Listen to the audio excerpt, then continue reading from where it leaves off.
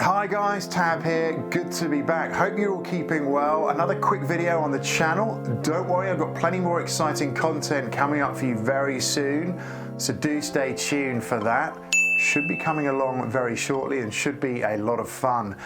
But the topic for this video is going to be an interesting one, and it's an important one too. If you're considering a new car or about to get a new car, then what do you do in terms of new car preparation? Because there's a lot of options out there. Now, I need to say very clearly, this video is not going to be reviewing any products. In this video, we're going to be talking about what you do. Do you get a dealer prep from the dealer? Do you get PPF, paint protection film, or do you get ceramic coating, or maybe a combination of the two? What do you do? Some of the other videos indeed are sponsored, so if you're watching those and they're sponsored by some kind of cleaning product, you can probably disregard those. I'm not going to mention any product names. If you're into cars and you know about new car preparation in any way, shape, or form, you're probably going to know the big names out there already.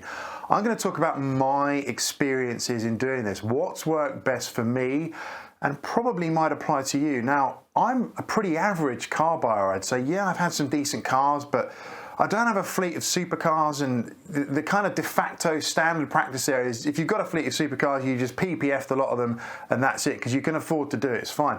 I have to consider my car purchases and stretch myself a little bit, so everything I do to a car is considered an investment. And I really want to kind of dig into what those possibilities are for your new car when you're getting it delivered and prepared. So the first one we're going to cover off on this video is the dealer offered prep.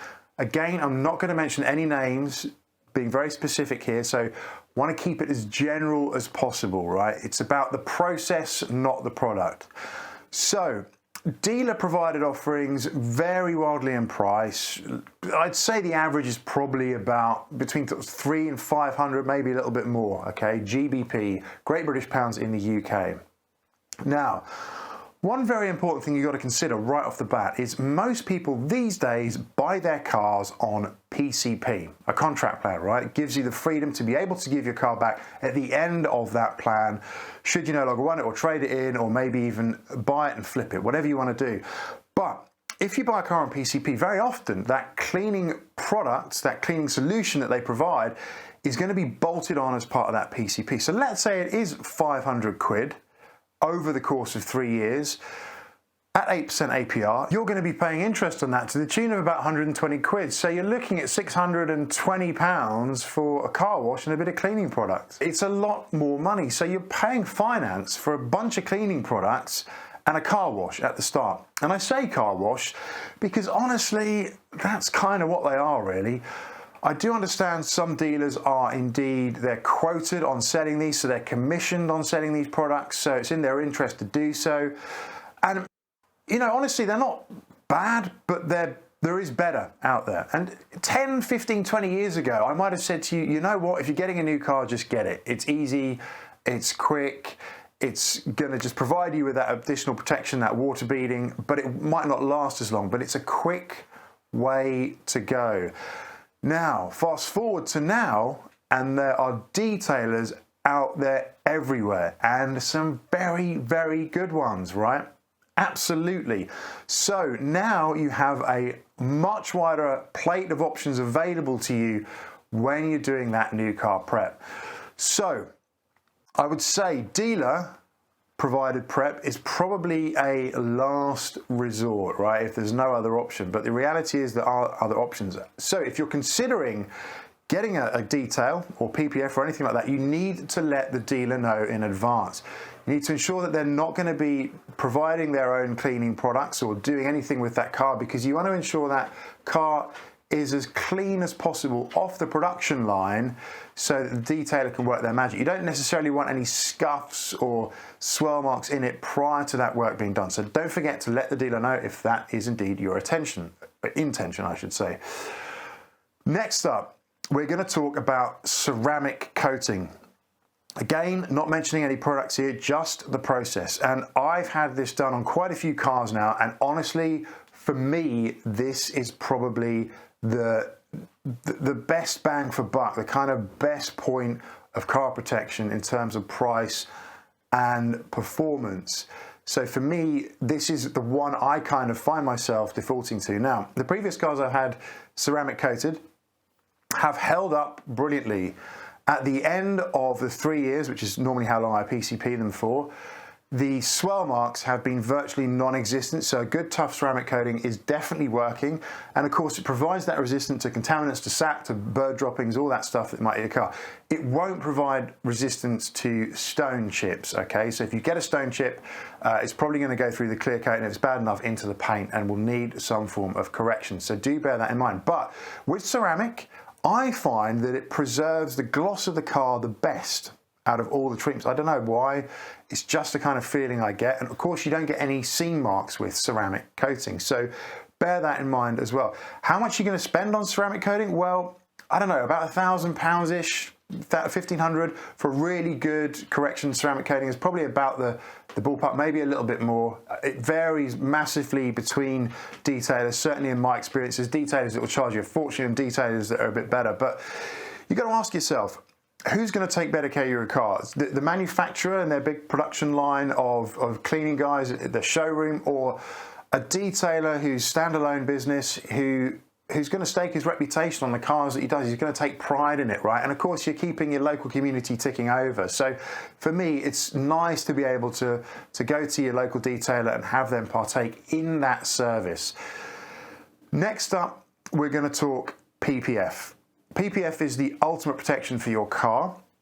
I've had front-end PPF on a car before, and here's the thing, it's great, and one massive advantage of PPF is that it is self-healing, right? So most of those products out there today are self-healing. That is, if you get a scratch on the PPF that's light enough, hasn't gone into the clear coat, you can get hot water on it, and it will literally kind of melt itself back to normal in a great magic way. It's pretty cool stuff.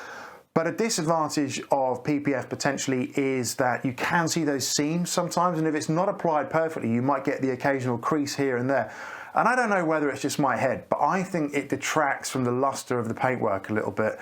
And you know, you can polish on top of PPF and put additional water beading capability, hydrophobic coatings on it to add to it. But for me, it just kind of isn't quite the same as doing a ceramic coat in terms of the smoothness and that gloss. Certainly I feel. Now, obviously there's Ppf options out there for those of you that might want to change the appearance of your car. For example, you might want to potentially look at providing a satin coat over your car. That will absolutely work with PPF. So you can get satin PPF, you can change it completely with a vinyl wrap. That will also protect your car.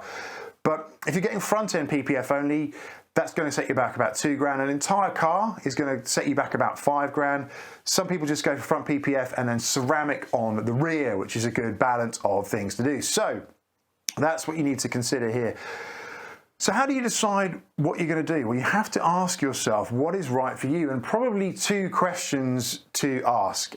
There's probably plenty more questions you can ask, to be fair, but two questions right off the bat to ask yourself are: number one, is what you're paying for that protection proportional to the value of that car? If you're getting a £35,000, £40,000 car and you're thinking about spending £5,000 on PPF, you've got to ask yourself, is it really the most worthy investment? I don't think it probably is. If you get a 200k supercar, probably the best protection you can get for it is standard PPF. Now, I need to add this. With PPF, I had a stone chip on the front PPF of my car, and it went straight through the PPF into the clear coat and into the paint. So it needed correction anyway. So the PPF needed replaced and the car needed corrected.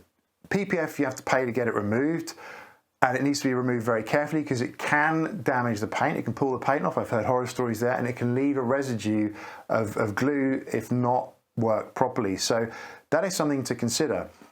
If the car damage is bad enough anyway, you've got insurance to cover yourself. And honestly, most cars I've seen at that level are very well cared for, very well looked after, and not necessarily tracked. So question number one to ask yourself, which we've covered: one, is it the right thing to do financially, right? Number two is, what are you going to be using that car for? If it's going to be a garage queen, going to the occasional meet, little cruises, etc., got to ask yourself again, is PPF really worth the investment? I don't necessarily think it is. I think if your car is going to be tracked, those little stone chips are going to be kicking up all the time, and front PPF is going to be a great thing to do in this case. So if you're getting a track monster and it's a valuable track monster, you're probably going to want to PPF the front, if not the whole lot. So that isn't the second question you need to ask yourself. Question number one is value of the car, proportion on what you're spending in terms of that treatment. Number two, the use case of that car, how that car is going to be used.